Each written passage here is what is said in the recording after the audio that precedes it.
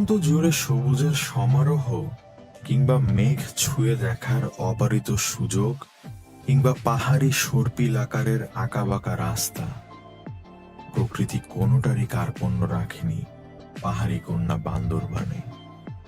প্রকৃতি বান্দরবানকে সাজিয়েছে আপন মনের মাধুরী মিশিয়ে। মেঘকে কাছে থেকে ছুঁয়ে দেখতে চাইলে সেই সাথে পাহাড়ের দুর্গম রাস্তা আর ঝর্ণার মনোমুগ্ধকর ধ্বনি একসাথে পেতে চাইলে বান্দরবান আপনাকে যেতেই হবে। এ ভিডিওতে বান্দরবানের সেরকমই 10টি জায়গার কথা বলবো, যেগুলো আপনাকে বারবার টেনে নিয়ে যাবে সেই মেঘের রাজ্যে।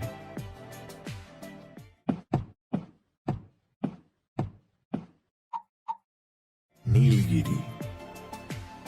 বান্দরবান জেলা সদর থেকে দক্ষিণ পূর্ব দিকে প্রায় 50 কিলোমিটার দূরে 2200 ফুট উঁচুতে অবস্থিত বাংলার দার্জিলিং খ্যাত নীলগিরি পাহাড়টি। নীলগিরি মানেই মেঘের রাজ্য আপনাকে স্বাগত জানানোর জন্য প্রস্তুত। নীলগিরি পর্যটন কেন্দ্রে দাঁড়িয়ে যেদিকে চোখ যায় শুধুই সবুজ আর সবুজ। এই সবুজের সমারোহ আর নির্জন প্রকৃতি যেন এক টুকরো রূপকথার রাজ্য। সকালে মেঘের ভেলার খেলা, বিকেলে আলোর খেলা, গধূলির সূর্যাস্ত, কিংবা জ্যোৎস্নাময় রাতের মায়াবী পরিবেশ আপনাকে মুগ্ধ করতে বাধ্য করবেই। নীলাচল। নীলাচল বান্দরবান শহর থেকে মাত্র 5 কিলোমিটার দূরে অবস্থিত।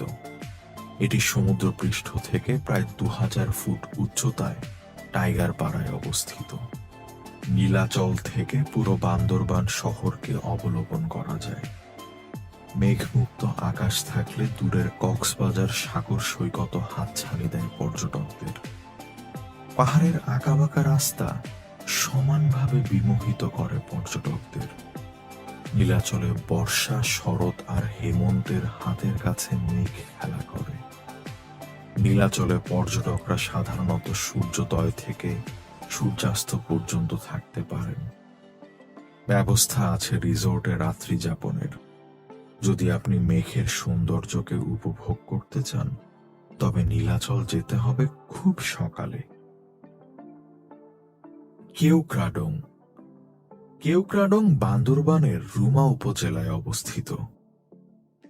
3172 ফুট উঁচু এ পর্বতকে একসময়ে বাংলাদেশের সবচেয়ে উঁচু পর্বত বলা হতো, কিন্তু সময়ের ব্যবধানে আধুনিক প্রযুক্তির অগ্রসরতায় এই পাহাড়টি বাংলাদেশের 5ম সর্বোচ্চ পর্বতশৃঙ্গ হিসেবে দাঁড়িয়ে আছে। বর্তমানে বাংলাদেশের সর্বোচ্চ শৃঙ্গ সাকাহাফং বা মদকতুম। তবুও কেওক্রাডংকে বাংলাদেশের ছাদ হিসেবে অভিহিত করা হয়। এই পাহাড়ের চূড়ায় দাঁড়িয়ে আপনার যত দূর চোখ যাবে